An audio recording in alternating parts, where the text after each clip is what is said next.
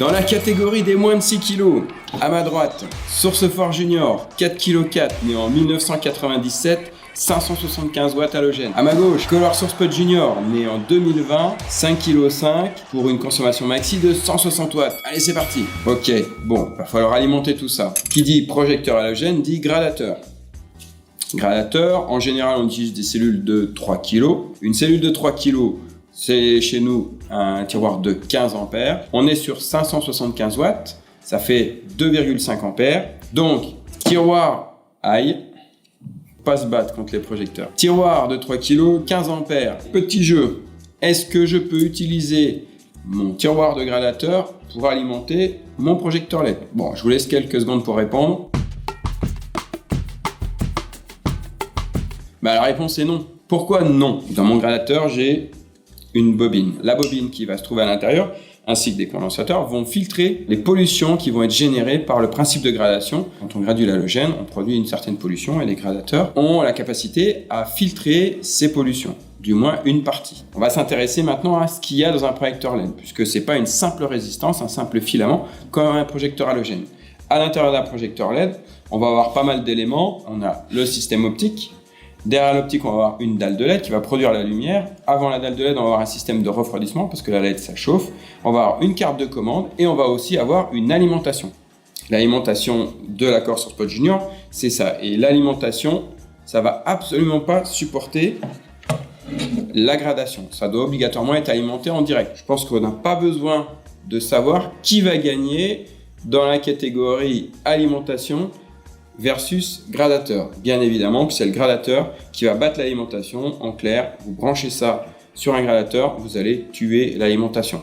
Ça va pas forcément être au premier round, mais vous allez voir qu'au troisième ou au quatrième, ou au cinquième ou au sixième, vous finirez par tuer l'alimentation de vos projecteurs LED. Non seulement mon projecteur LED, je ne devrais pas le graduer, mais ça je pense que tout le monde l'a compris, on va le piloter directement en DMX, mais surtout, on va avoir un combat entre le filtre et le système. C'est-à-dire que c'est pas parce que je dis à mon gradateur tu es en système on-off que d'un coup le filtre disparaît. Le filtre va rester. Donc tous mes projecteurs à LED, ils doivent être alimentés par un système totalement propre ou totalement passif, donc un relais mécanique.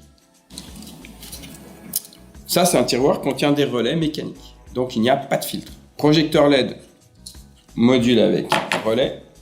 Projecteur halogène, module avec le système de gradation et le filtrage. Évidemment, il existe une troisième catégorie qu'on verra un petit peu plus tard. Alors, il existe une exception chez ETC, c'est le source forward. Le système forward, il permet de convertir une source qui contient une lampe halogène qu'on va pouvoir transformer en projecteur à LED. C'est notre seule exception, ça veut dire que celui-ci peut être gradué directement avec les gradateurs de votre maison. Mais on a aussi possibilité, puisqu'il y a un système d'afficheur où on peut lui donner une adresse et donc bien évidemment le piloter en DMX. Et voilà, ça c'est l'exception qui confirme la règle, un peu comme toujours en français. Le forward peut être utilisé sur un système de gradateur traditionnel. Alors du coup, dans la notion de transition LED, j'ai de l'halogène, j'achète de la LED ou je compte acheter de la LED, on va donc avoir un parc mixte. Pour le parc mixte, il existe le tiroir mixte qui fait les deux. C'est le tiroir qu'on va appeler Through Power.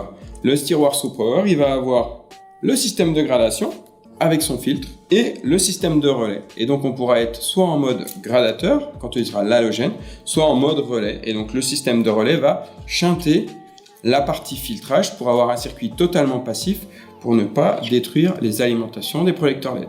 Pour les gradateurs et les relais et le Through Power, tout le monde a compris le principe et les enjeux. Allez, je débarrasse la table. Non, ça passe pas. Ok, alors on revient à la question du départ. 575 watts, ça fait 2,5 ampères. Sur une cellule de 3 kg, je peux en mettre au maximum 6. 6 c'est ric-rac 15 ampères. Là, c'est 160 watts. Combien je peux en mettre sur un départ 15 ampères? Allez, je vous laisse quelques secondes pour répondre. Mais ça fait 16 projecteurs. Mais est-ce que c'est juste? Eh ben non, c'est pas bon. On ne pourra pas mettre 16 projecteurs LED sur une sortie. Le calcul est juste, mais le résultat est pas bon. Ça ne tiendra pas. Alors, qu'est-ce qui va pas tenir? Eh bien, on va voir l'explication ensemble.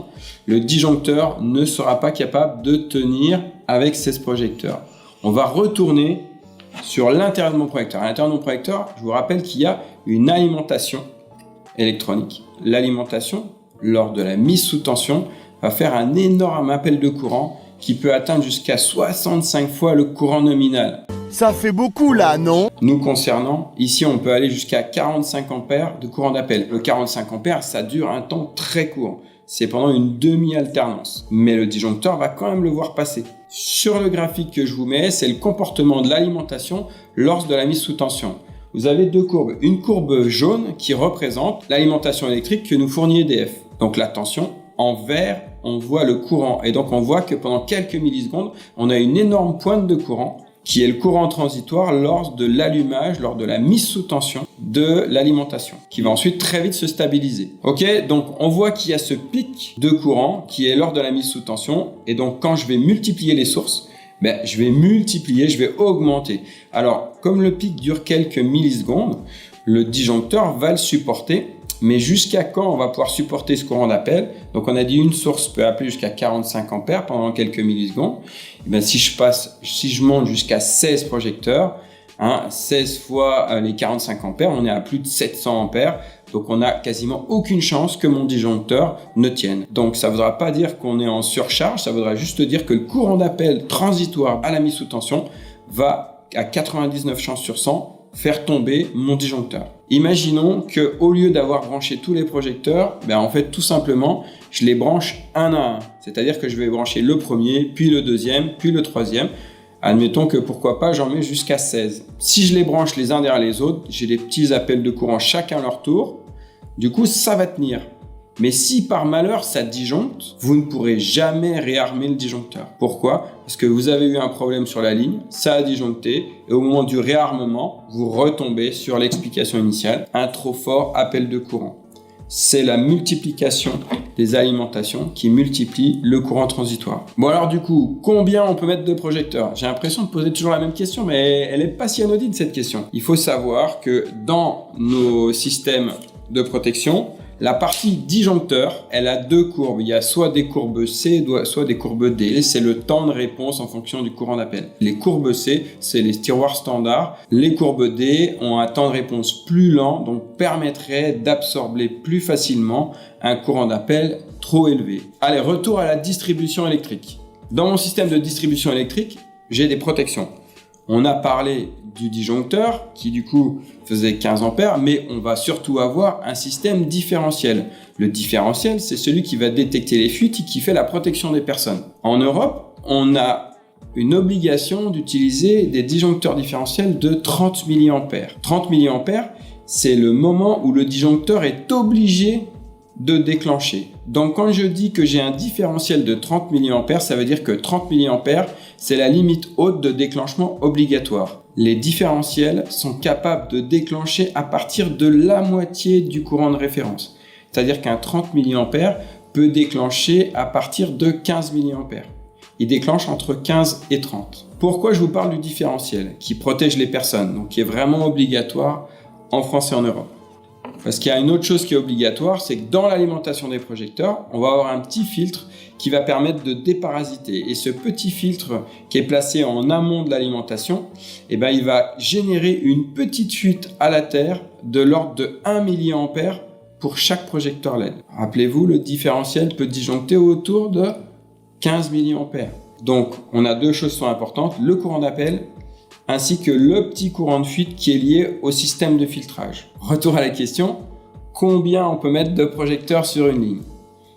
On peut considérer qu'il faut garder une marge à cause du différentiel et de la fuite, plus à cause du courant d'appel.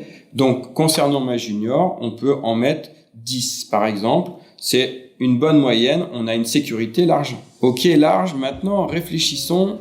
Si on fait un plan de contre ou tout un plan de face et que je fais deux lots, est-ce que je vais préférer faire un lot moitié jardin, moitié court? Ce sera beaucoup plus sympa à câbler. Par contre, si je viens avoir un défaut, je vais perdre toute ma ligne. Donc du coup, est-ce que je perds la face de la moitié court ou les comptes moitié court ou moitié jardin? C'est là que la réflexion d'un montage pour sécuriser l'installation en cas de « et qu'est-ce qui se passe si j'ai un défaut ?» Je vais pouvoir les câbler 1 sur 2.